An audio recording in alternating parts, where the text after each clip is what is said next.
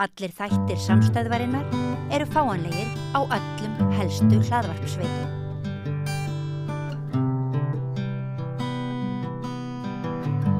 Já, þá ætlum við að fara til Kína í ferð með þeim bræðurum, Ólafi Þ. Harðarsyni, sem er prófessor í stjórnmálafræði, emeritus, eins og þetta er, og bróður hans, litla bróður, Tryggva Harðarsyni, sem er fyrrum námsmaður í Kína og bæjarfulltrúi og bæjarstjóri víða, bæjarstjóri emeritus. Já, það ekki.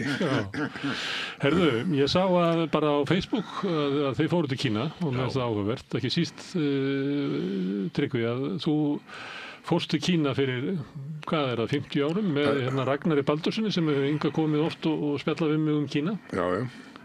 Þannig að þú þekkir mörg Kínu.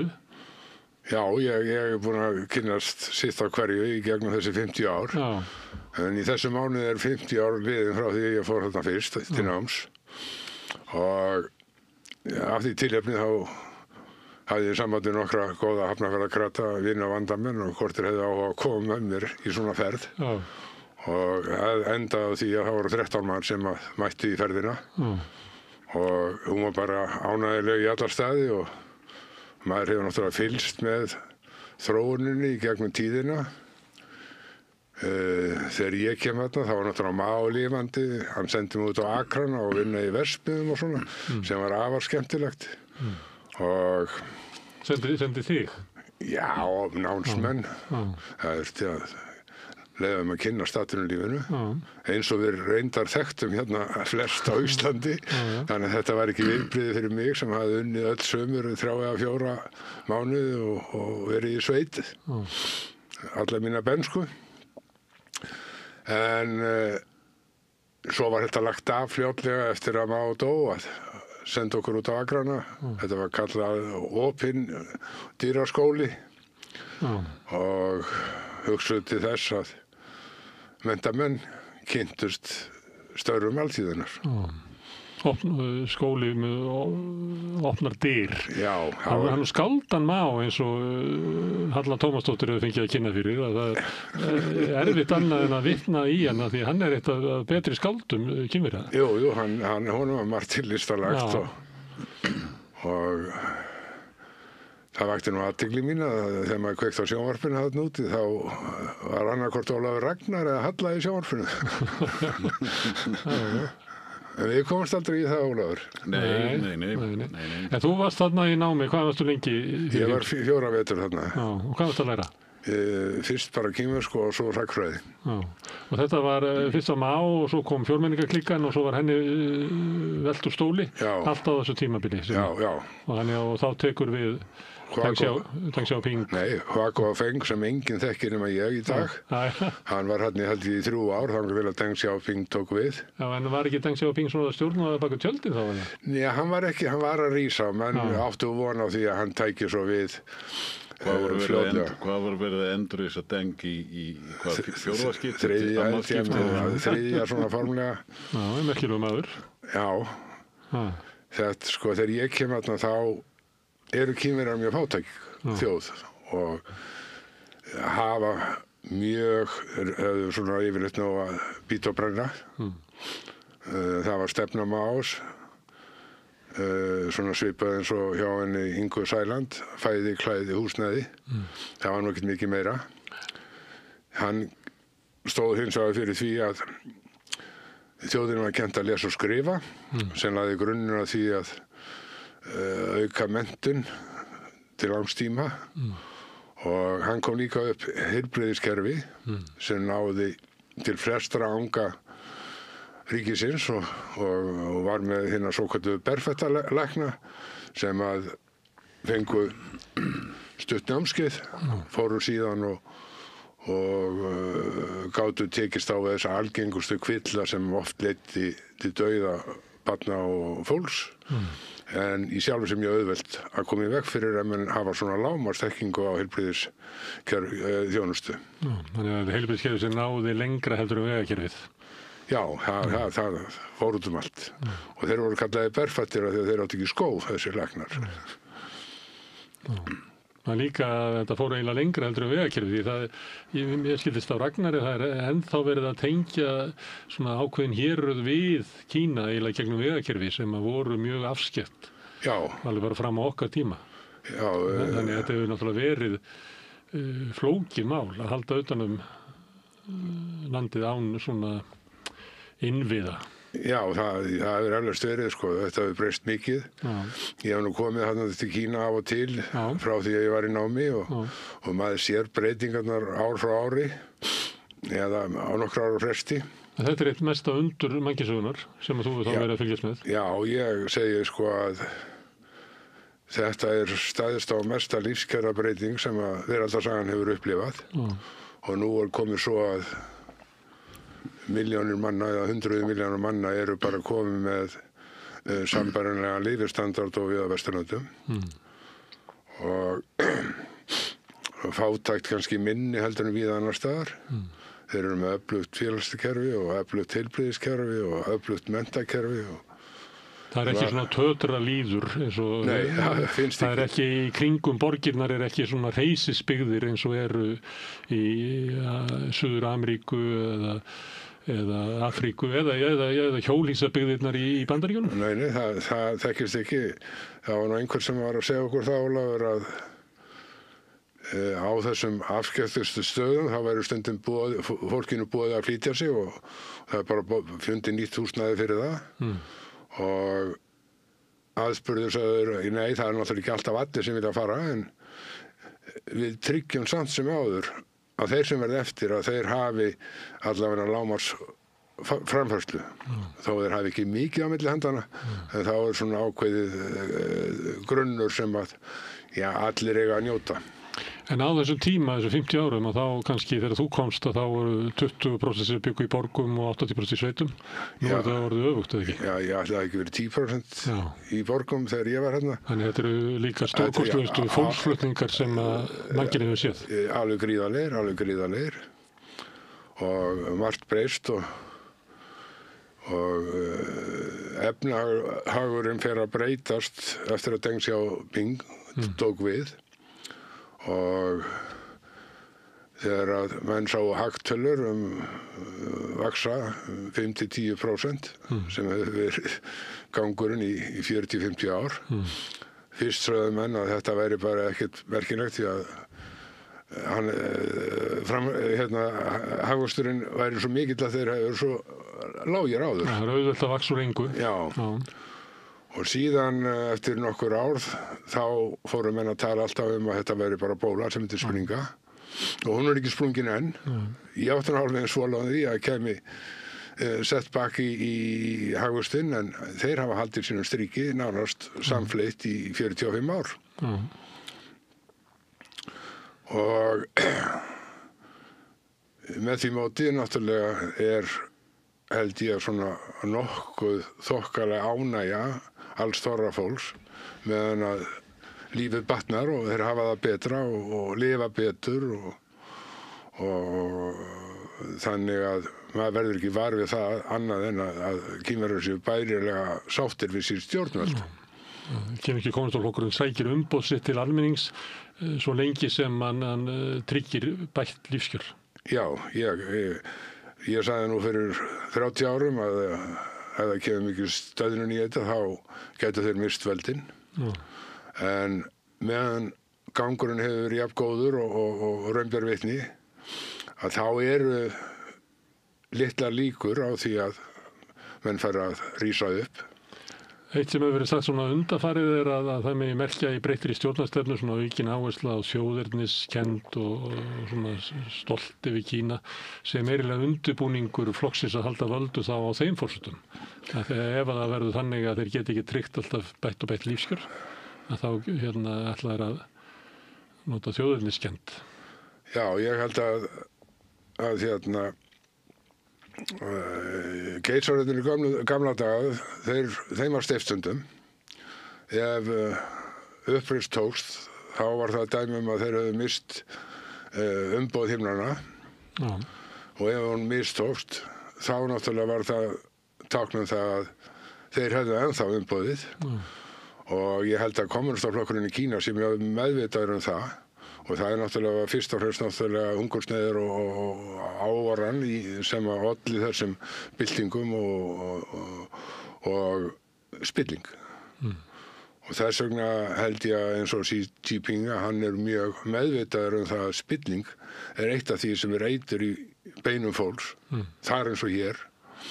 Og þess vegna hefur hann lagt mikla áherslu á það að uppræta spillingu eins og hægt Það tvennt sem að svona kall gæti gert. Hann gæti fórnað einum og einum reglulega til þess að sýna almenningi hann að vinna á spillingunni. Eða hann gæti farið út í það að uppræta hana með einhverjum hætti, eins mögulega og það hægt. Já, ég held að það sé að gera. Ég held að hann sé að uppræta hana. Mér skilst til dæmis í hernum að þar hafi menn verið að kaupa sér stöður. Hann hefur alveg tekið fyrir það og nú það bara þeir sem eru hæfastir sem að eins og nú hefð fyrir varðandi gamla kerfið þar sem menn verið að ljúka sínum prófum til þess að geta orðið gildir embættismenn. Einhver sagði það þegar þessi stóra hersýning var þarna daginn að það var einmitt til þess að sýna breyttan her. Já, það getur vel verið. Þeir náttúrulega, það eru viðsjálfverðir tímar í heiminu núna. Kínverjar hafa verið blessunarlega lausir við allt hernaðarbrölt á minni lífstíð. Þeir hafa átt í smá erjum við landamæra erjum í einhverju fjallaþorpum við Indverja og einhvern tíma við Rússa einhvern tíma hafa nú stríð við Víetnam og svo stríð við Víetnam.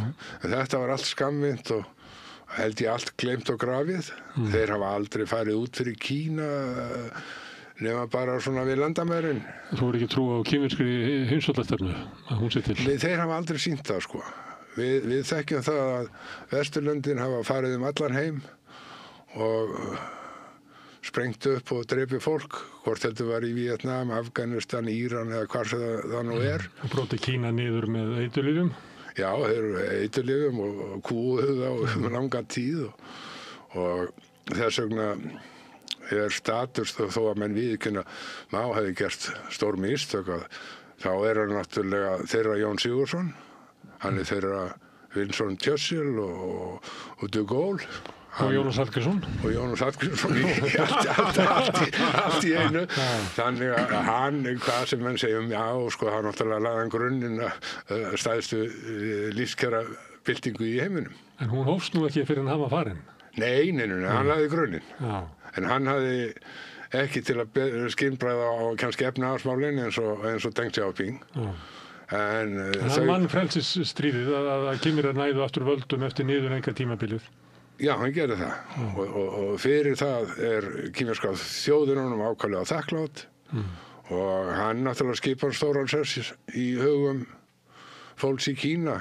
Og Kínverjar myndu aldrei telja það að vera svona sniðugt að fara frekar að dæmi vesturveldana sem að þeir líta á að hafi komið inn og eyðilagt raunverulega Kína á tímabili. Já, þeir náttúrulega máttu upplifa rúmlega 100 ára niðurlæginga tímabil þar sem að það voru raun gamlu nýlenduveldin sem að stjórnuðu meira og minna í Kína með stríði og þvingunum og þannig að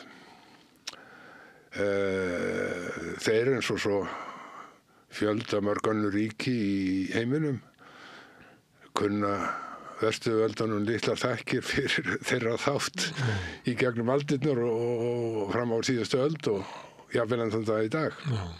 Ólafur, hefur þú oft verið til Kína? Nei, þetta var í fyrsta skipti sem ég kom til Kína. Og var það ekki merkileg upplifun? Það var alveg gríðarlega merkileg upplifun og það í rauninni kannski tvennt sem að, eða tveir þættir sem að svona fyrir þann sem ekki hefur komið þarna áður eru sérstaklega áhugaverðir. Annars vegar að eins og venjulega gerir bara venjulega ferðalögum og maður að skoða sögu og menningu og hún nær þarna og fornminjar og þessi menning Kínverja nær náttúrulega mörg þúsund ár aftur í tíman og maður var að skoða meðal annars minjar frá því löngu fyrir Krist og þá kynnir maður sér líka sögu til dæmis allra þessara keisarætta sem að eins og Tryggvi nefndi komu og fóru og auðvitað er kínverska menningin miklu eldri heldur en menning okkar hér á Vesturlöndum. Þetta er eina menning fornaldar sem enn uppi. Það má áreiðanlega segja það. Róm fallin og ég man einmitt Egyptaland. Þegar Tryggvi var í náminu í Peking eins og sagt var þá, Beijing, að þá náttúrulega voru samskiptahættir frumstæðari heldur en núna.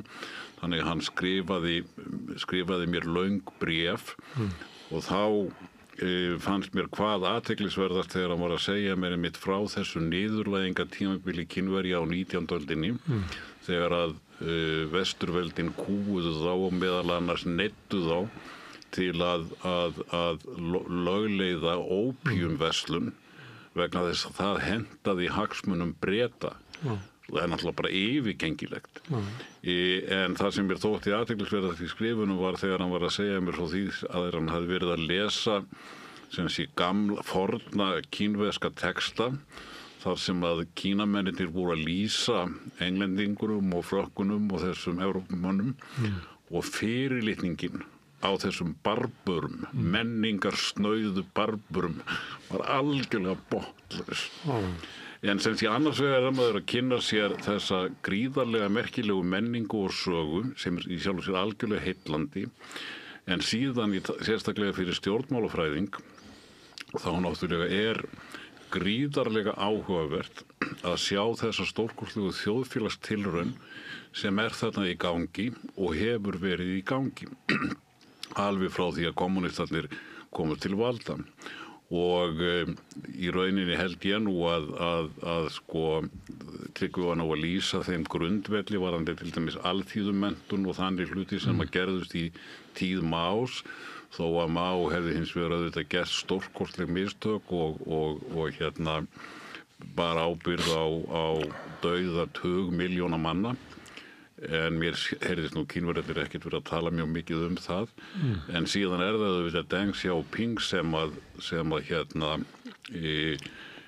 veldur þáttaskilum og í rauninni höfundur alveg nýs þjóðfélagskerfis og sem að hefur skilað gríðarlegum árangri og það sem þarna á ferðinni að það sameinað sem sé einræði eða einsflokks einræði kommunistaflokksins en því ekki lengur En ef við erum þetta þannig einræði flokks? Já, það Nei, það ekki hægt. Það er flokksræði, það allt annað. Ég alveg sama hvað ég kallið það flokkurinn einn og hann ræður öllu sem hann vill. Jú, en það innan flokksins einhver svona leið til þess að draga fólk til valda. Ég hef ekki kynnt mér nákvæmlega uppbyggingu kínversku kommunistaflokksins. Þetta ekki ættarveldi? Þetta ekki ættarveldi. Þetta sérfræðingaveldi? Já, það sennilega töluvert til í því. En það sem að ég sérstaklega að hugsa sem sé þetta eins, hvernig saman fer þetta einsflokksræði kommunista sem að í Sovjetinu til dæmis og líka í tíð Maós var tengt við mjög miðstýrðan áætlunarbúskap. En það sem Deng Xiaoping sem að skilaði sáralitlum árangri og í Sovjetríkjunum til dæmis náðist árangurinn þar efnahagslegi bara í byrjuninni hjá Stalín þegar komið var á svona stórfelldum þungaiðnaði sem að kerfið réði við. Það virkaði þá. Og sömur gaf þeim falskar vonir að væri að halda áfram með sömu aðferðina í landbúnaði eða í neysluvöruframleiðslu. Og það var eiginlega sorgin hjá þeim að það reyndist ekki vera hægt. Það reyndist bara alls ekki vera hægt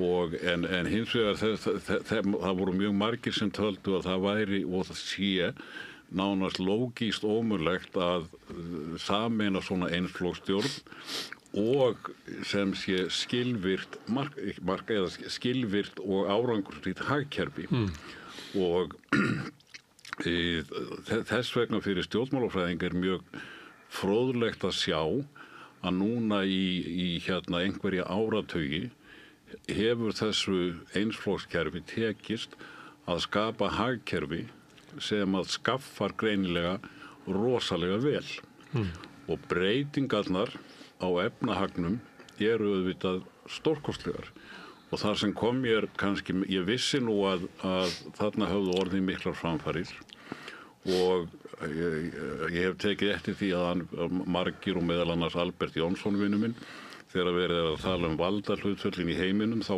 hefur hann verið að benda á það að Kína sé langöflugasti keppinu undir Bandaríkjana sem Bandaríkin hafi nokkuð tíman þurft að horfast í augu við. Og á þessari ferminni þarna austur sannfærðist ég að þetta er algjörlega rétt. Og ég sannfærðist líka það að það er alveg rétt lýsing að Kína er rísandi stórveldi meðan að Bandaríkin eru hnignandi stórveldi. Þannig að upplifinu þín að koma þarna er kannski svipað og maður getur ímyndað sér að fólk hafi orðið fyrir þeirra fór kannski til New York þar síðustu aldamót, kom inn og sá eiginlega skynjaði vélina. Þarna bakvið er einhver vél sem er miklu öflugri heldur ég nokkuð tíman orðið áskynja. Já, það er maður sér til dæmis að því nú verið mikið í Bandaríkjunum að margt þarna í uppbyggingunni í Kína minnir mann á Bandaríkjunum. Þarna eru... En ekki í dag, því að það er allt hrörnandi, það er alltaf símasamband í Bandaríkjunum. Ég er ekki komin að því, Gunnar Smári.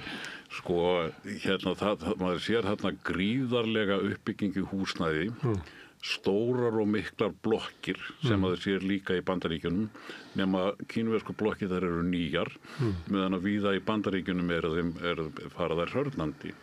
Maður sér vegakerfið, að því þú varst nú að tala samgöngurnar, að við fórum þarna töluvert í lestum milli stórborga og lestirnar eru stórkostlegar, þetta eru háhraðarlestir, ég held að fara upp í 350 kilometra og mjög góðar lestir. Það er ekki að meina ég enga slíka?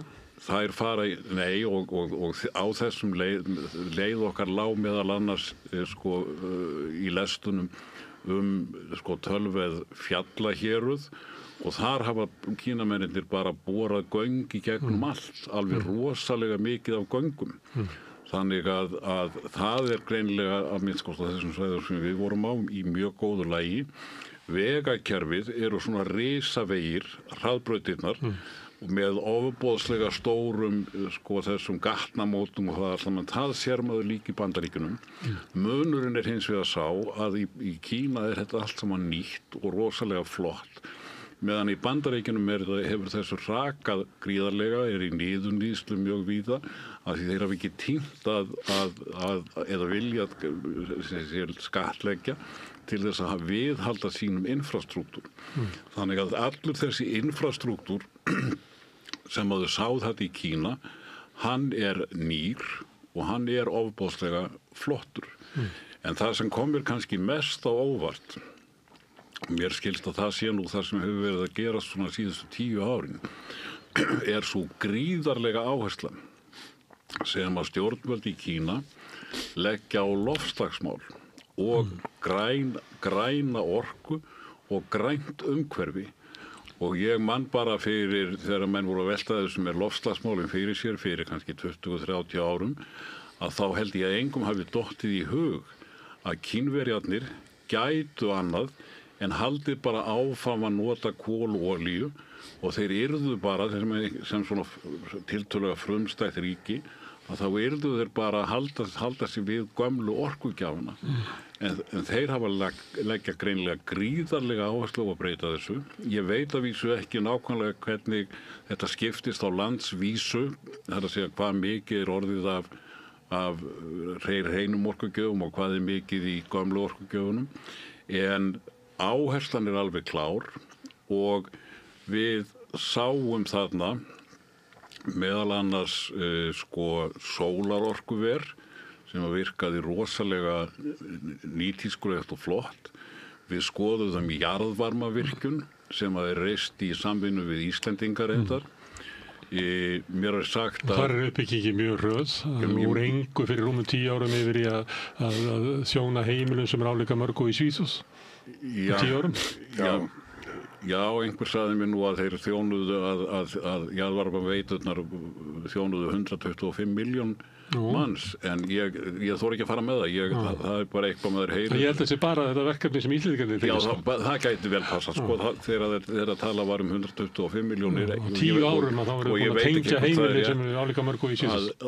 Já, en þá er verið að tala allar jarðvarmaveiturnar.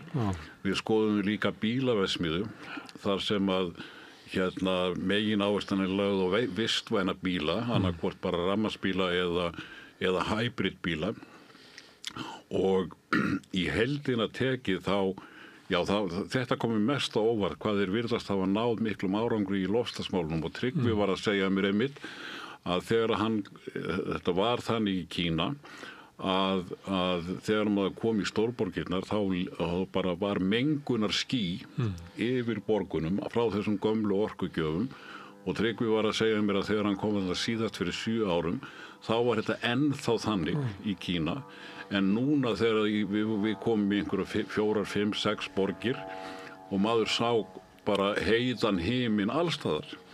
Þannig að þetta virðist benda til þess að þeir hafi náð mjög umtalsverðum árangri í loftslagsmálum. Og ef maður ber þetta svo saman við Bandaríkin og það sem Bandaríkin að gera í loftslagsmálum, það er bara afturför. Það er bara afturför og það er bara himinn og haf þarna á milli. Hvernig stendur á því að við þetta erfiðasta verkefni mannkyns, sem stundum sagt, má vera þessi frekar stríð og annað slíkt, að þá á Vesturlönd bara ráði ekki við þetta. Það er margt sem er bendið til þess að það sé bara afturför þar. Það sést á því að falla í kauphöllunum virði fyrirtækja sem að vinna orkuskiptum, en olíubransinn hann rís vegna þess að menn eru bara að sjá fyrir sér að það verður bara meiri notkun á jarðefnaeldsneyti á næstunni undir tíma Trump. Að Vesturlönd ráði ekki við þetta, og oft verið að tala það að kannski bara ráðum við ekki við þetta því þetta er svo flókið og við eigum ekki alþjóðlegt kerfi til þess að gera þetta. En í Kína þá eru þeir bara að reisa þetta, og þannig að þú bara sér það, bara venjulegt fólk sér árangurinn frá degi til dags.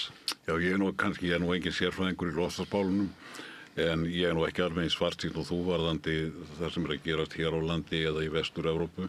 En hitt er alveg rétt að í Bandaríkjunum undir núverandi stjórnvöldu þá náttúrulega bara neitar Trump loftslagsvandanum, og það er náttúrulega bara skelfilegt.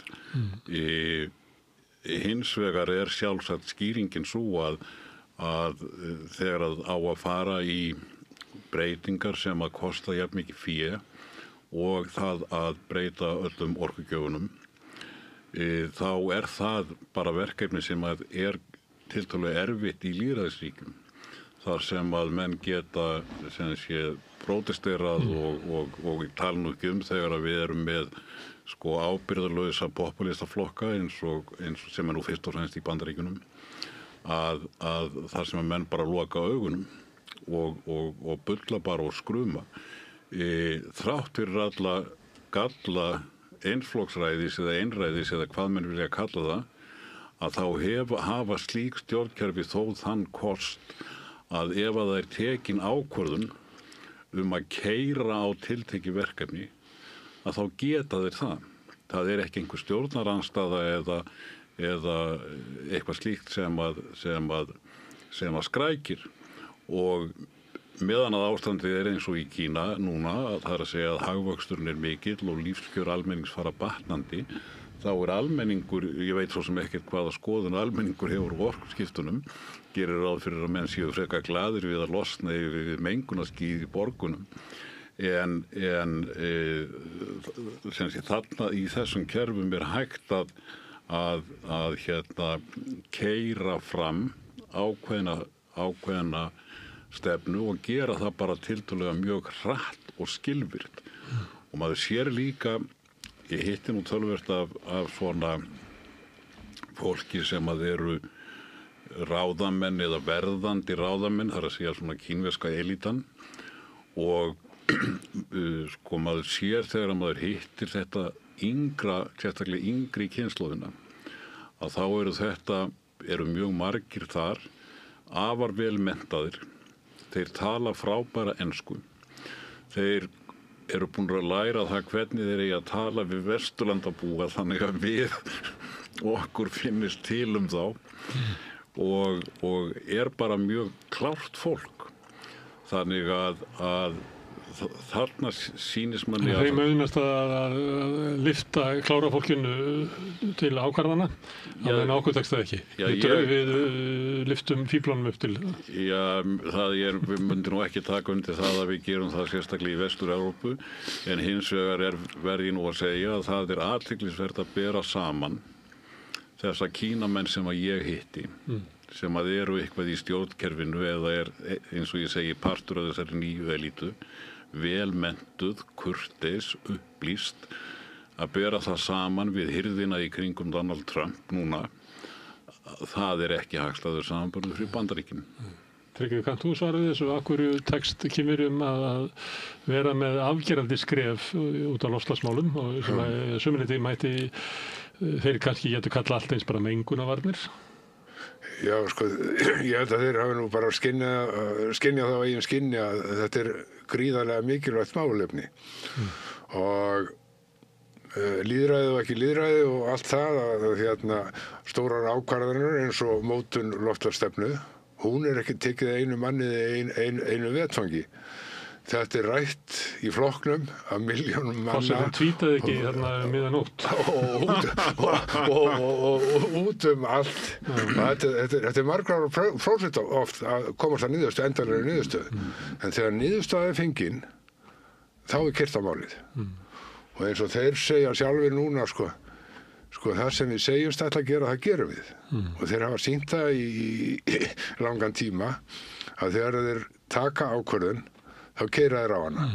Og það sama hvort það í loftslagsmálum, samgöngumálum, þessar rafmagnslestar sem að bruna landið þvert og endilangt, þá að spara þúsundir, sjálfsagt milljónir flugferða ef að það væri kosturinn.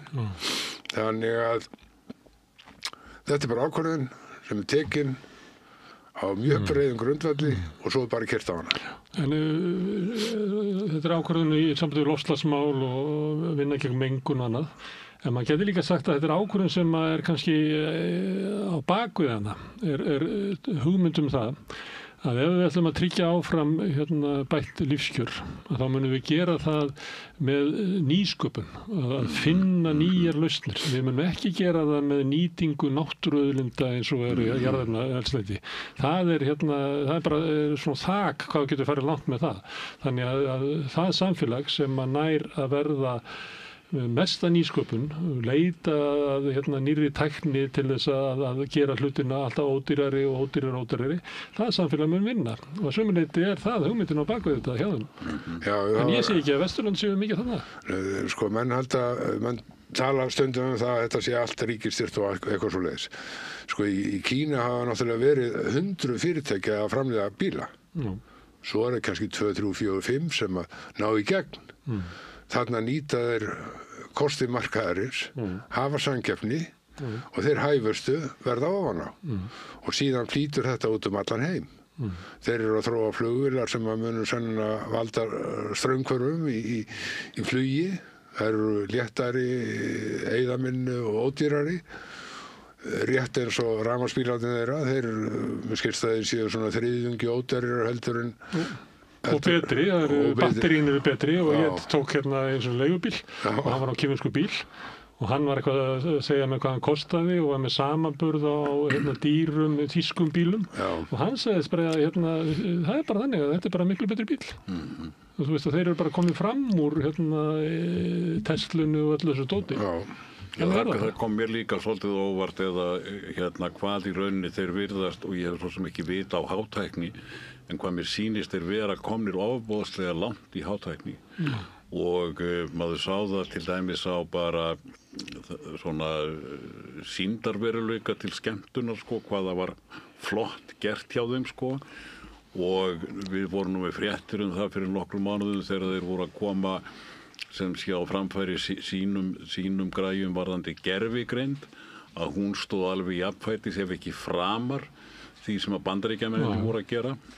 Þannig að ég held að það sé mikið til í þessu sem þú varst að segja, sem sé að þarna mikil áhersla sem sé á nýsköpun, menntun. Uppbyggingu háskóla. Kínverskir háskólar eru bara... Mikil uppbygging háskóla. Okkur var líka sagt, til dæmis, mér fannst það fróðlegt sko, að okkur var sagt frá því að núna verið að byggja nýja borg sunnan við Beijing. Sem að hérna hugsuð til þess að létta á fólksfjölgunin í Beijing og þeir ætla að reisa þarna það sem þeir kalla græna borg og þetta líka svona á að vera svona 15 mínúta borg eins og við höfum nú séð hugmyndunum hérna heima. Þannig að allir eigi að geta gengið í sem sé nauðsynlega nærþjónustu á korteri. Og sem hægt það sem að veðrið skaplæri en hjá okkur að við þurfum 5 mínúna borg. Það kalt að það En þetta borg sem þeir ætla að byggja sem sé á tiltölulega fáum árum. Eftir fáin ár á þetta eiga búa þarna yfir 5 milljónir manna og þeir töldu að það gæti verið líklegt að eftir svolítið lengri tíma gæti búið þarna alltaf 12 milljónir manna. Og frá þessari borg hægt að fara þá í háhraðalestinni til Beijing á klukkutíma. Og í þessari borg sem sé eiga á að vera starfsemi sem ekki nauðsynlegt endilega að hafa í höfuðborginni sjálfri, og meðal annars eiga að vera þarna 15 háskólar. Þannig að það var svona gaman að sjá sem sé svona skipulagshugmyndir sem að hérna virkuðu nú bara á mann rosalega flottar, rosalega nútímalegar og skynsamlegar. Og það Kínverjarnir eru að byggja upp sína háskóla á sama tíma og Bandaríkjamenn vilja brjóta það niður. Já, þetta svæði, ég fór nú að tékka á því, þetta vinabær Hafnarfjarðar í Kína heitir Baoding og það borgin og svo ertu með svæðin í kring. Og þeir tóku 3 hreppa frá Baoding til að búa til þetta svæði, þróunarsvæði. Þetta nýju borg sem ég tala. Og þar meðal annars vatn sem heitir Baiyangdian sem nú með stærri stöðuvatnum í Kína. Og það var orðið erfitt lífríkið þar. Ég kom það nú fyrir einhverjum 10 árum. Eða rúmlega það. En nú sagðu þeir að nú bara þrifist allt fiskur og annað í vatninu. Það væri bara búið að hreinsa þetta upp. Og þetta stöðuvatn verður hluti af þessari heild sem að þeir ætla að búa til þarna. Og eins og Ólafur sagði, létta á Peking þar sem allt of mikil trafík. Það verður alveg svakalega pirraður. Reyndar það þannig í Beijing sem að hér erum við nú alltaf að tala bílana að þar við hittum þar mann sem var að leiðsegja okkur sem að á bíl og honum bara bannað að nota bílinn tiltekna daga.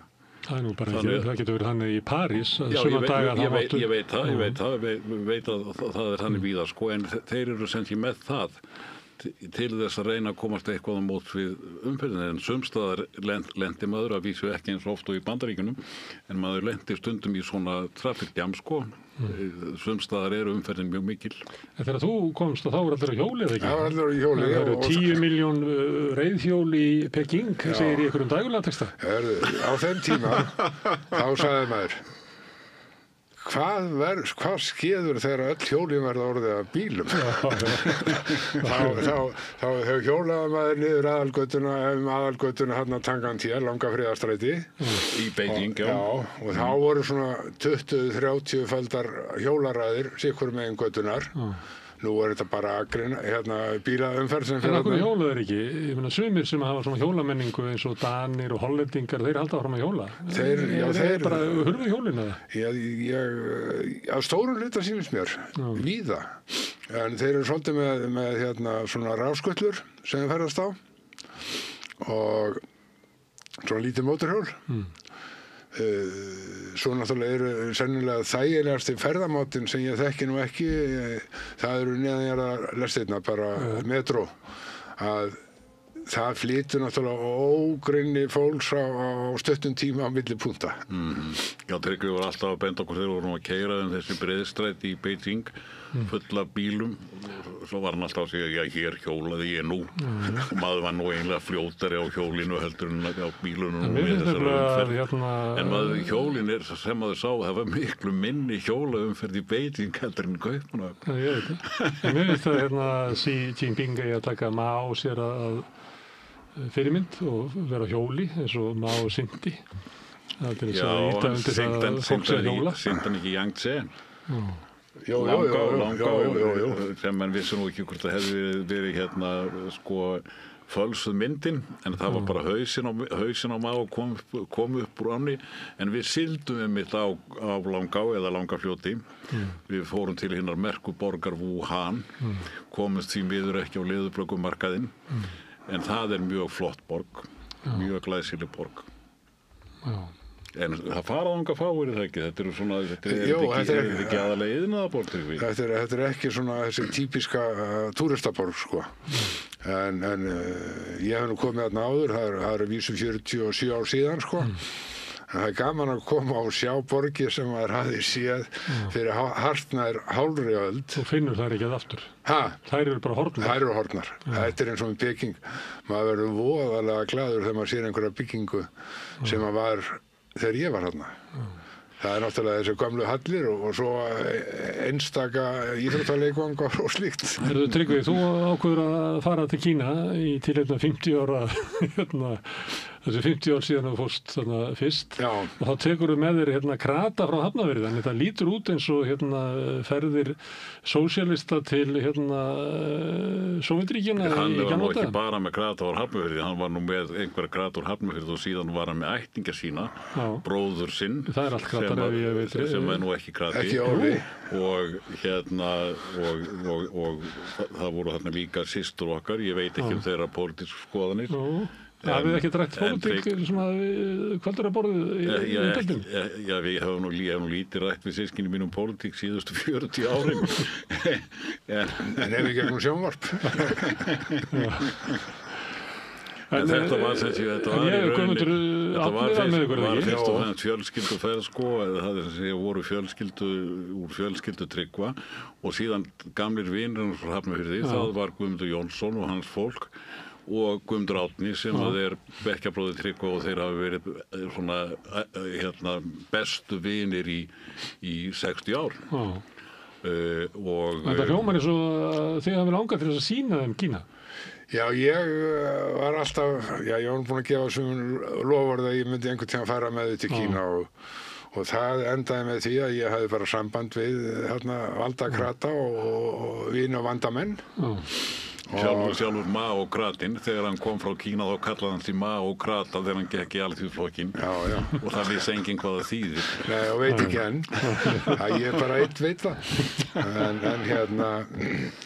Og þú skipulaðir einhvern veginn að þið fóruð að skoða verksmiðjur og svona, en þetta var svona hálf opinber heimsókn. Já, hluta til eftir við vorum búin að þvælast þarna nokkra borgir og komum til Pekinga, þá fengum við aðstoð við fórum á kommunistasafnið og fleiri staði og hittum svona ráðamenn og það var í gegnum kínverska sendiráði hér sem að skipulagði að við fengjum upplýsta umræðu menn og málefni og þar kom Ólafur mjög sterkur inn og það er náttúrulega mjög gaman að hitta ráðamenn sem að bæði þekkja mjög vel til hlutana og geta útskýrt fyrir manni ýmislegt sem maður vill fá að vita. Það er skemmtilega að tala við svoleiðis fólk sem að veit eitthvað.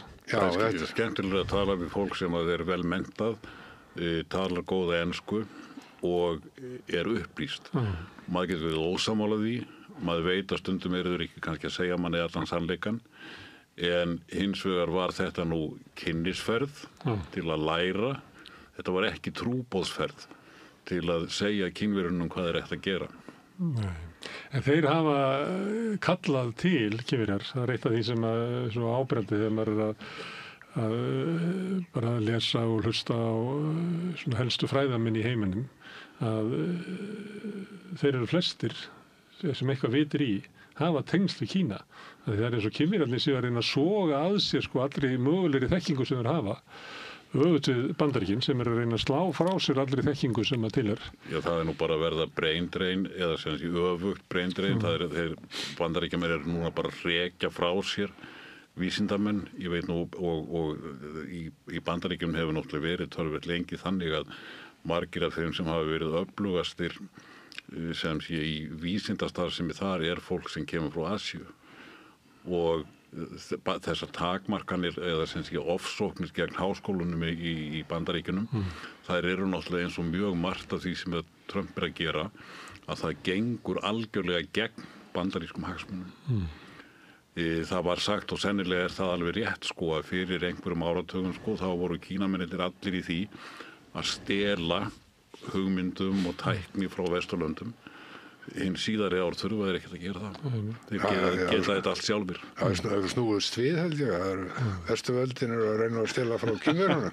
Það var svona trúboðsferð, þú varst að selja þeim í Kína ekki? Nei, ég var nú bara að kynna þeim svona fyrir Kína með öllum sínum kostum og göllum og líka bara, ég held að þetta fólk sem fór með mér hafi nú haft mjög gaman af því að sjá og ég náttúrulega náttúrulega svolítið fastur í 50 ára aftur í tíma þegar það var á dögum menningarveldingar en svo sáu þau hvernig þetta í dag og þetta svo gríðarlegar breytingar að það lyginni líkast. Hann aðeins hefur ekki sést. Það náttúrulega sko þegar maður fer í svona ferð og það gríðarlega fróðlegt að hitta þessa kínversku elítumenn en þeir segja manni náttúrulega ekki af göllunum í Kína þeir segja ekkert að segja manni af mannréttindabrotum eða vandræðum með einhverja þjóðfélagshópa sem maður lest í vestrænum fjölmiðlum ekki frekar við þegar við tökum út í gessum nákvæmlega og þannig að sko maður kynnist kannski göllunum minna heldur en kostunum en hins vegar var þetta bara í til heila gríðarlega fróðlegt. Maður heyri það stundum, ég pröfaði hérna við þetta borð og sagt eitthvað í þá verðuna kannski ef við að læra eitthvað af Kínverjum, til dæmis í húsnæðisuppbyggingu, að þá svona helmingur þeirra sem ég segi þetta við, stekkur í eitthvað svona, og viltu þá bara að við förum að kúa múslima í vesturutunum? Já. Að það svo við séum algjörlega heila þvegin af einhverju svona skilabóðu frá. Já, ég held reyndar að ég var nú að ræða við góðan vinn minn Íslending úr diplomasíunni fyrir nokkrum dögum sko og það nú einstaklingur sem að verða nú seint sakaður að vera hallur undir kommunisma en þessi einstaklingur sagði við mig að það hefði náttúrulega við átt okkur á því varðandi Kína að núna undanfarin töluvert langan tíma hefðu Bandaríkjamenn verið í stöðugri áróðursherferð gegn Kína þar sem þeir hafa sem sé spáð því að efnahagurinn muni fljótlega fara í rúst, draga úr öllum framförum í Kína og í rauninni reyna að leggja mikla áherslu á mannréttindabrot og annars slíkt sem vel kann að vera rétt en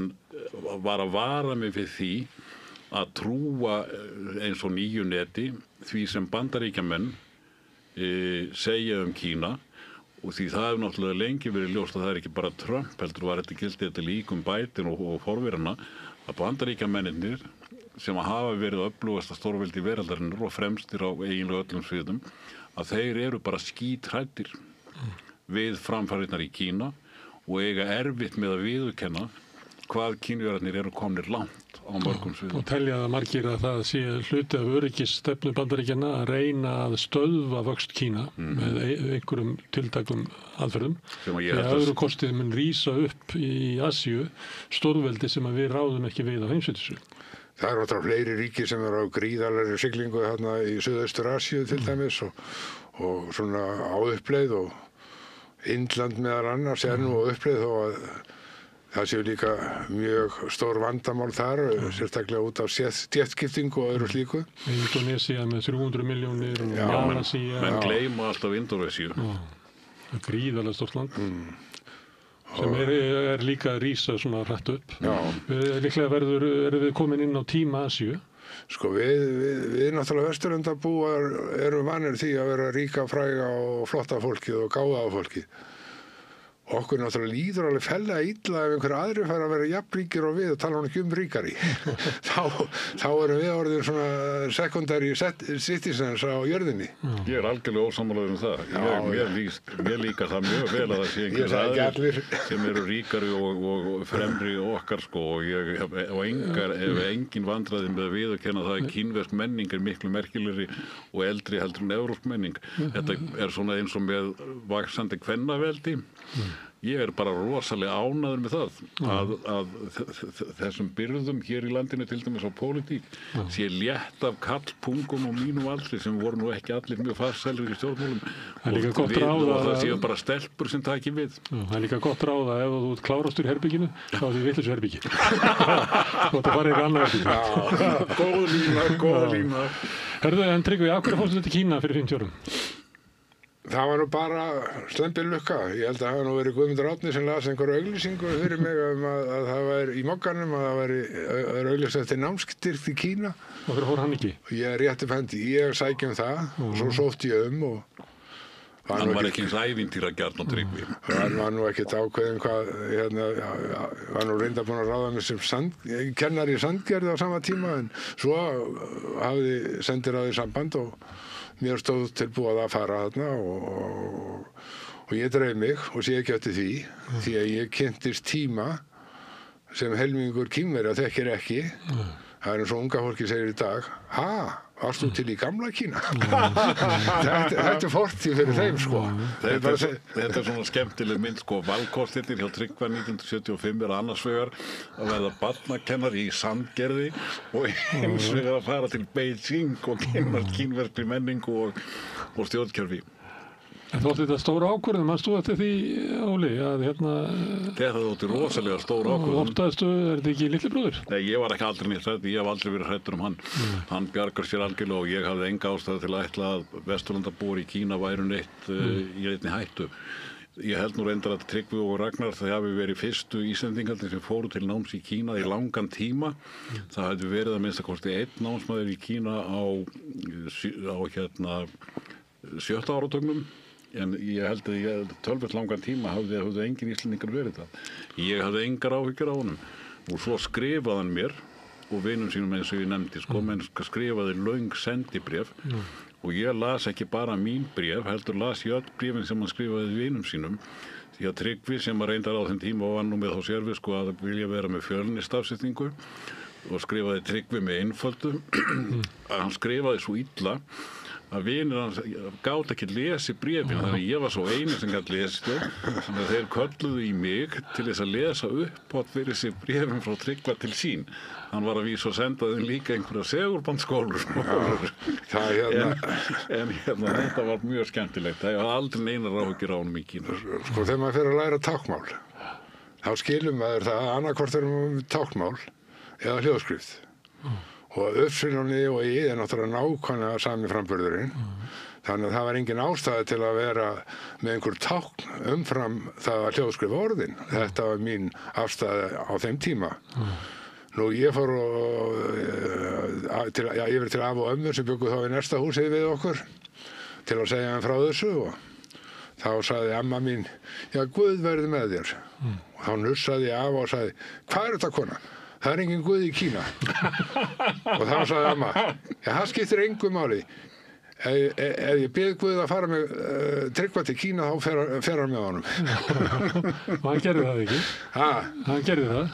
Ég veit ekkert, ég þekki hann svo lítið. Þú rakst ekki á hann? Ég rakst ekki á hann. Allavega gekk þetta vel hjá Tryggva hvort sem það var drottni allsherjar að þakka eða einhverjum öðrum. Herðu, það er gaman að fá okkur í spjall Kína sem er náttúrulega það er merkilegsta sem er að gerast í okkar heimi og skiptir náttúrulega rosalega máli í sambandi við alla heimspólitíkina að við séum með svona eðlilegt og svona einhvern veginn raunsætt mat á hvað Kína er. Já, og það er nú líka, hann skrifaði nú grein kínverski sendiherrann okkar hér sem er einn af þessum ungu velmenntuðu elítumönnum sem ég var að tala áðan.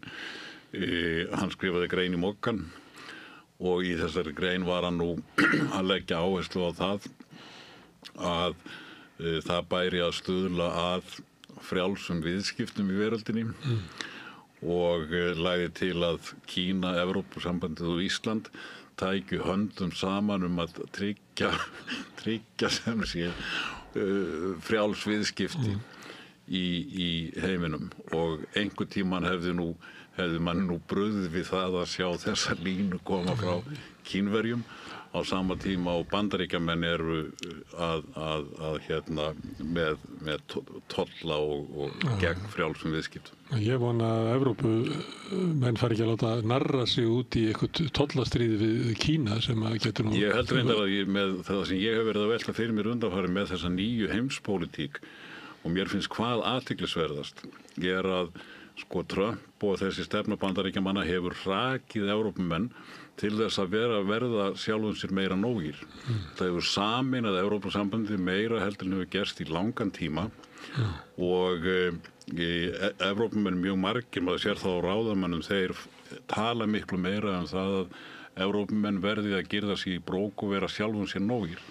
Og það sem mér finnst gríðarlega áhugavert hver verður þróunin náttúrulega bæði á sambandi Evrópu og Bandaríkjanna, hvort að það versnar enn eða hvernig það verður.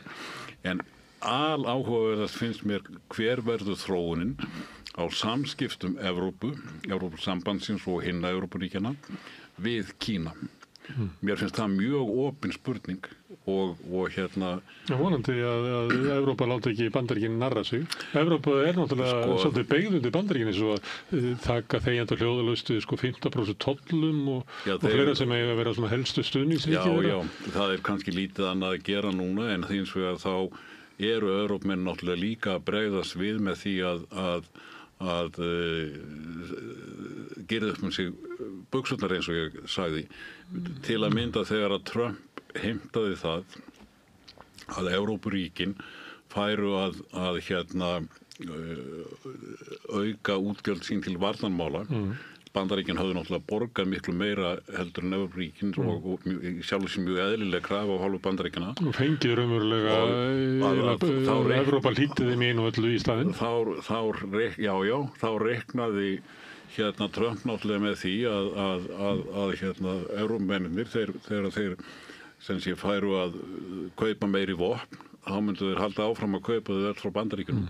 Auðvitað gera Evrópumenn það ekki. Auðvitað fara þeir að framleiða sín eigin vopn og þetta getur leitt til þess, þó ég sé nú engin sérfræðingur á því sviði, að þeir meira og minna hætti að kaupa bandarísku vopnin. Þannig að aðgerðin í rauninni snúist algjörlega við í höndunum á Trump. Rétt eins og svona til skemmtunar að þá tollarnir sem að hann setti upp gegn Kanada leiddu nú til þess að frjálslyndiflokkurinn vann þar kosningasigur sem að enginn hafði búist við og önnur svona afleiðing af Trump-stefnunni var svo að verkamannaflokkurinn í Ástralíu vann þar góðan kosningasigur líka. Þannig að það fer nú ekki allt eins og ætlað er. Það eru svona unintended consequences. Afleiðingar sem enginn bjóst við að sá fyrir. Og Evrópa er á miklu tímamótum og meðal annars að einhver leyti léta Evrópa eins og við lifum í einpóla heimi. En er núna líka vonandi að renna fyrir fólki að svo er ekki. Og það til dæmis sýnir það að tilraunir til þess að einangra Rússa bara mistókust vegna þess að heimurinn er bara miklu stærri heldur en Vesturlönd og sömuleyti getum við sagt að bæði gengur Rússum betur á vígvellinum en Rússum gengur ágætlega í heimsmálunum. Pútín er boðið til Alaska og nú er hann að fara inn í Evrópusambandið til Budapest og ég sé ekki betur en hann bara vaði heiminn eins og fínn maður og alveg saman hvað Evrópusjóðurnar vilja. Ég held ég þurfi nú andmæliður eiginlega allt þetta en það er efni annan þáskunarfóri. Þá heitust við og kannski kemur Tryggvi þá með. Ég þarf að leiða þetta bróða minn því að hann veður villu vegar Það er vorandi endist einhver ævindi þess að þú leiðir þetta. Það er óvíst. Ólafur og Tryggvi Harðarsinnir, kæra þakki fyrir að koma hingað og segja okkur á Kína. Herri, takk. Takk En fyrir. við ætlum að halda áfram að reyna að skilja hana heim. Næsti kafli eftir augnablik. Ég heiti Kristinn Sigmundsson og styð Samstöðina. Samstöðin óháð sjónvarpsstöð sem fjallar þjóðfélagsmál á vandaðan og yfirvegaðan hátt. Ég skora á ykkur að styðja hana með því að gerast áskrifendur. Samstöðin ómissandi. Ódýr og öflugur miðill, 40.000 manns sjá eða heyra þætti Samstöðvarinnar í hverri viku. Ef þú vilt auglýsa, sendu póst á samstöðin@samstöðin.is.